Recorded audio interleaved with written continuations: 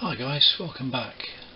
Welcome to the final video of this series, which is basically a steam up of the fully restored Wilesco D12, which is all cleaned up, polished, repainted, nice and shiny, and let's give it a go. There's a few things we need to do in advance, basically just to prepare the model for steam, just to make sure that it keeps on running beautifully for years to come. Let's go through that process now. So I'll zoom you in on the engine part, and we can go from there. Okay, so the first thing we're going to do is we're going to put some steam oil on the piston and various other moving parts. It's just a normal compound steam oil, plenty of options available. I just decant that into a small dropper bottle. Now the first thing we're going to do is actually lubricate the piston itself. Now the reason I've lifted this up here is to show you what's happening. This is the reason for the spring over here. This piece pulls forwards, lifts up, and once it's disconnected, you pop the cylinder out. Okay, so with the cylinder itself and the actual piston removed, I'm going to put just a drop on either side of the cylinder wall itself, drop on the side of the actual piston. As I put that in there, I'm just going to give that a little twist, make sure that it's coated all around. I'm just going to let that sink down. Okay, so you can see as it's dropping down there, there's a pretty good seal around it. Gravity doing its work. So that's nicely coated the inside of the piston. That can be connected back on. Before we do that, I mean, this is running beautifully free anyway, but on the top of the two legs here are some little holes. They go straight down into the actual bearing itself, so I'm just going to fill those two little holes up with a bit of oil and just give it a run. That is lovely. Okay, I'm just going to put a tiny little bit. It's completely unnecessary because the oil's being drawn down through that, but I'm just going to put a tiny little bit onto the arm here that the con rod connects onto, and I think that is plenty. I'm going to turn that back around. I can rock this back over and join it back on, and the spring pulls it back in place. So now we have the lubricated piston ready to go. Now on this particular model there isn't a little inline oil filler, but sometimes you get an inline oil filler. You have to watch out for those. Okay, so that is lubrication on the assembly itself, and the next job is going to be to actually fill the boiler.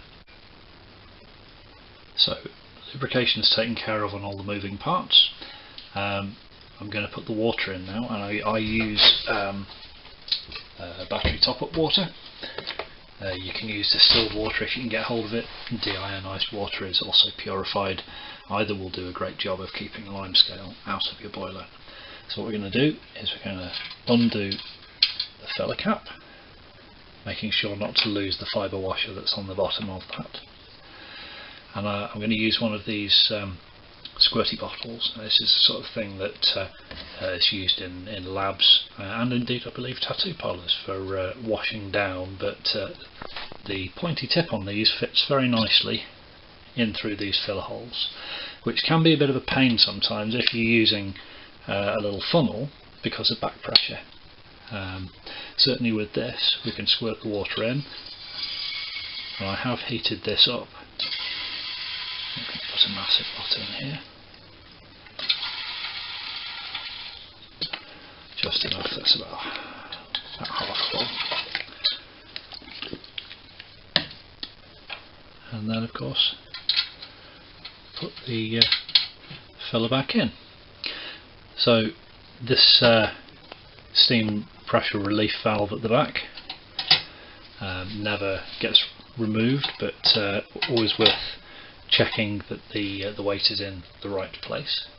Yeah, I think we are pretty much at this point good to go. So the next job then is to light a fire. So next then is fuel. Now it's useful when you're doing this kind of stuff to have a heat-proof mat around, or a plate or something that you can put hot things down onto, because sooner or later you are likely to need to refill.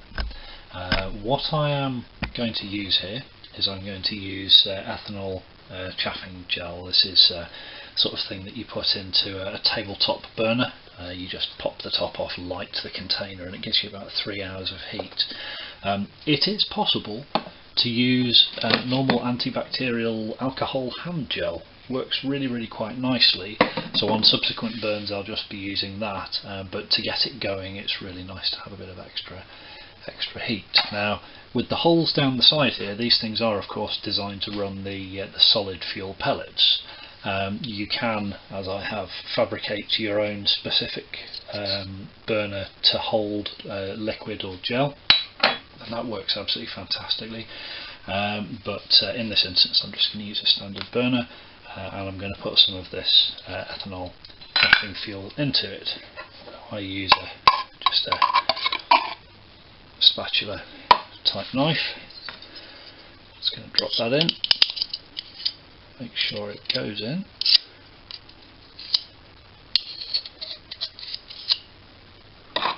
And we'll put a good lot in this time.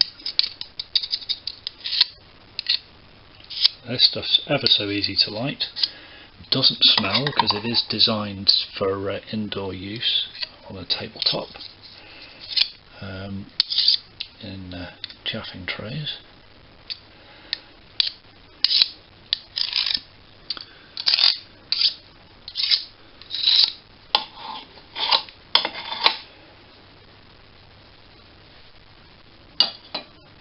Okay, so we'll light that, no drama about that, and then just slide it in. And that should give us a good lot of heat. So move everything out the way, and we'll let the steam pressure build up. Now I'm not going to keep you sitting here waiting till it's actually boiled. There's about half a tank in there. That's going to take probably 4 or 5 minutes to actually build up enough steam to run, so I will just skip on at this point.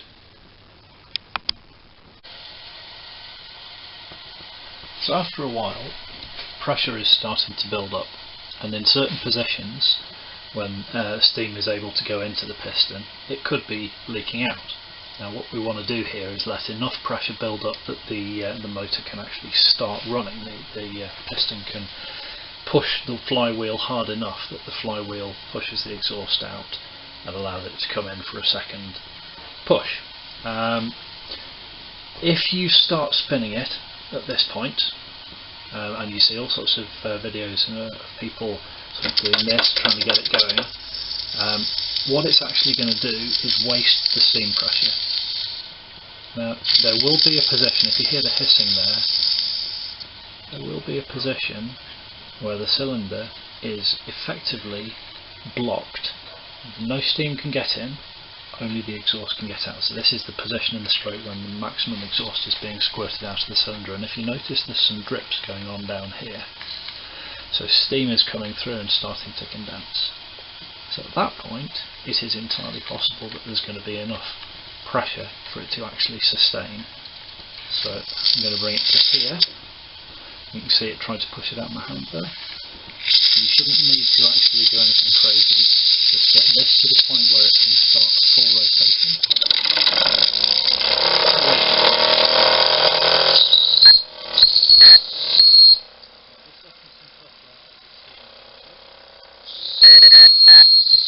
Also the whistle. Bring it to a nice, sustainable, smooth speed.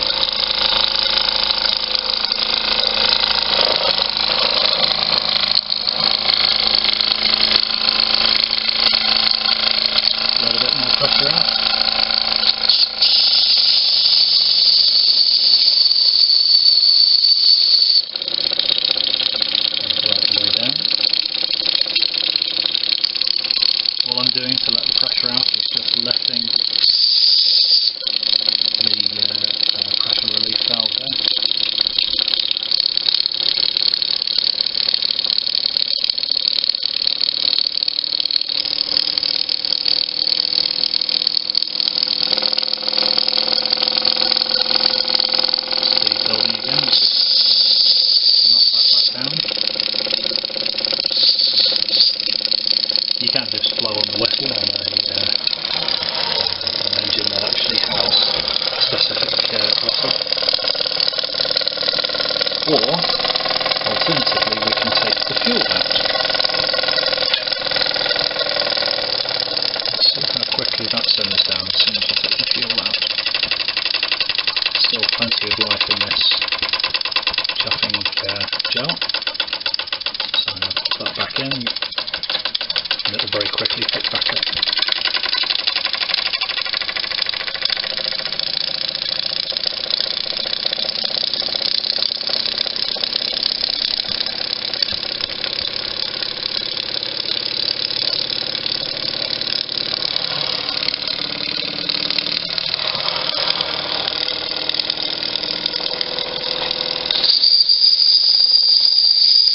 Again, just letting off a little bit of steam pressure there just to bring the speed down.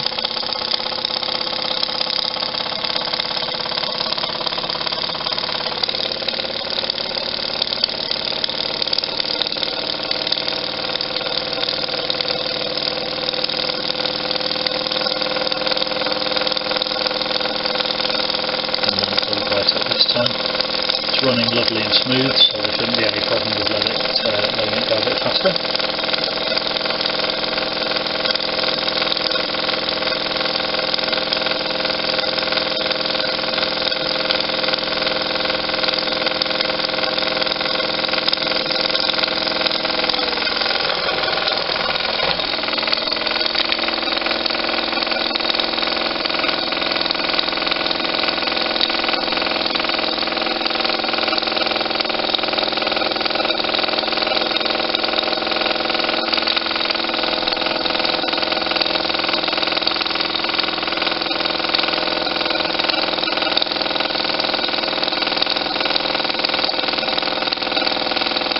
Before too much longer, the chuffing gel should run out, and you'll notice towards the end of the burn, as the flames start to die down a little, that the speed will drop away. So you'll often see, if people have done comparisons of different fuels, they'll actually show the fuel time to boil, and then time before it died down, and then time after it died down.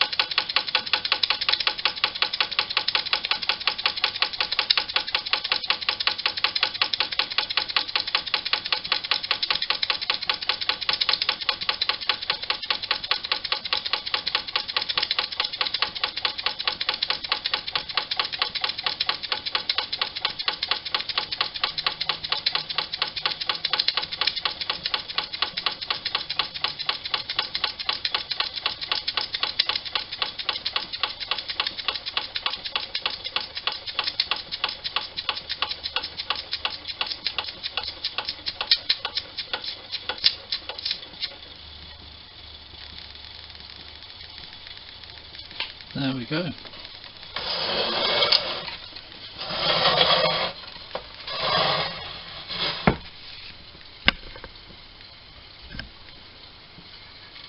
Back round at the front, the fuel is pretty much burned out.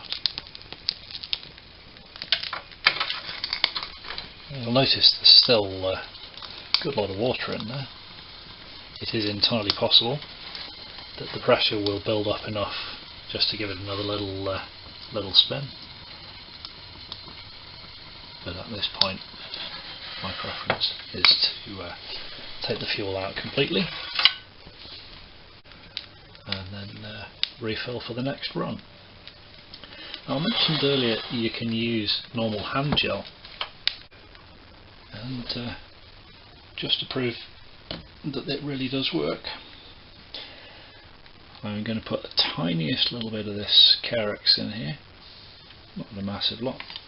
Doesn't need a lot because the water has already boiled. I'll light that just with a normal lighter, slide it back in, and you'll hear the water boiling practically straight away.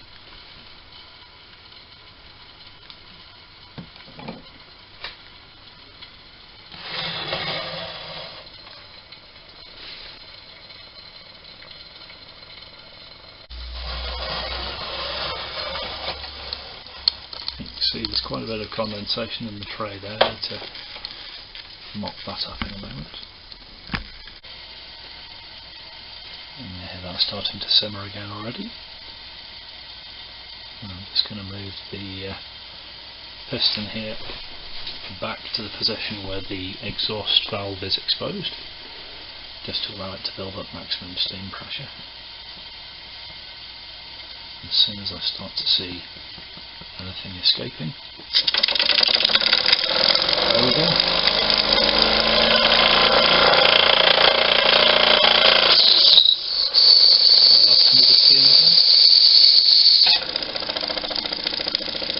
Find a nice steady roll.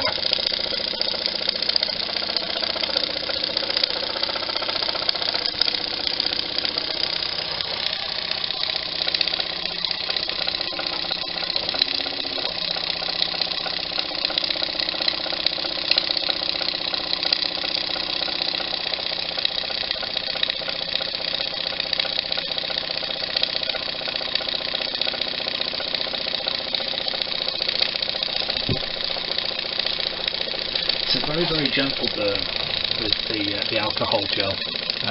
I know it's a hell of a lot cheaper as well. I mean, the cost of the solid fuel pellets, breaking 2 pellets in half and putting them in a sort of one line flat and another one on top of it, is going to cost you 90p, £1, maybe more per burn. That was £4, and that will last, oh goodness, 60, 70 burns. So, as I say, if you want me to do a video outlining the construction of my specific gel burner, I'd be very happy to do so. Leave a comment down below. In the meantime, thanks very much for watching this series. There will be a few more of these coming up. I've got a few more old Mammods and other Wilesco engines to restore. So take it easy, and I will see you next time. Cheers.